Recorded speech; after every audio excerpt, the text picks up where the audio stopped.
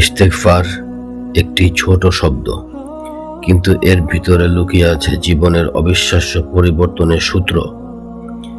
আজকের ভিডিওতে আমরা জানব ইস্তেগফারের এমন কিছু ফজিলত যা আমাদের দুনিয়া ও আখিরাত দুটোই বদলে দিতে পারে। ইস্তেগফার গুনাহ মাফের দরজা খুলে দেয়। আমরা প্রতিদিন ইচ্ছায় অনিচ্ছায় কত গুনাহ করি। আল্লাহ তাআলা বলেছেন, হে বান্দারা, তোমরা আমার কাছে তাওবা করো, আমি তোমাদের গুনাহ মাফ করে দেব। ইস্তেগফার হলো সেই দরজা যা আল্লাহ নিজেই খুলে রেখেছেন। যে বেশি বেশি আস্তাগফিরুল্লাহ পড়ে, আল্লাহ তাকে ভালোবাসেন, কারণ সে তার ভুল বুঝে তার কাছে ফিরে আসে। দুশ্চিন্তা ও সমস্যা দূর হয়।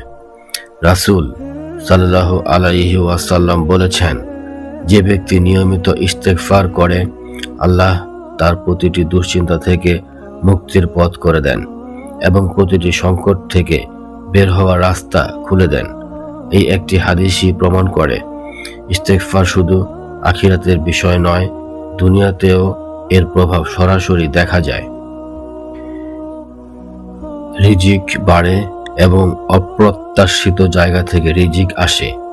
অনেকেই রিজিক নিয়ে চিন্তায় থাকে, আয় কম, বরকত নেই, টাকা আসে কিন্তু থাকে না।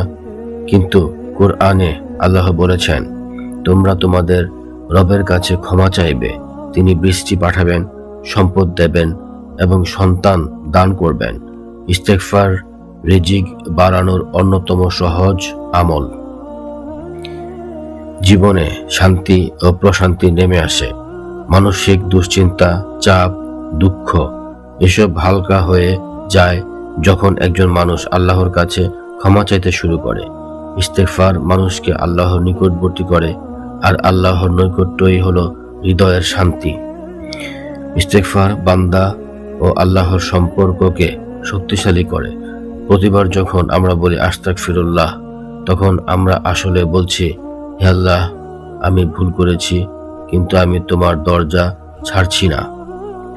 হে আল্লাহ, আমি তোমার কাছে ক্ষমা প্রার্থনা করছি। এটাই হচ্ছে প্রকৃত ঈমানের সৌন্দর্য।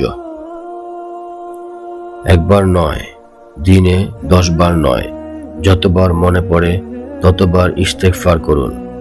আপনি দেখবেন সমস্যা কমছে, দুশ্চিন্তা দূর হচ্ছে, রিজিকে বরকত আসছে।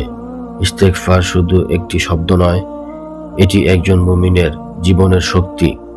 আজ থেকেই শুরু করুন আস্তাগফিরুল্লাহ, আস্তাগফিরুল্লাহ, আস্তাগফিরুল্লাহ। ইনশাআল্লাহ আপনার জীবন বদলে যাবে।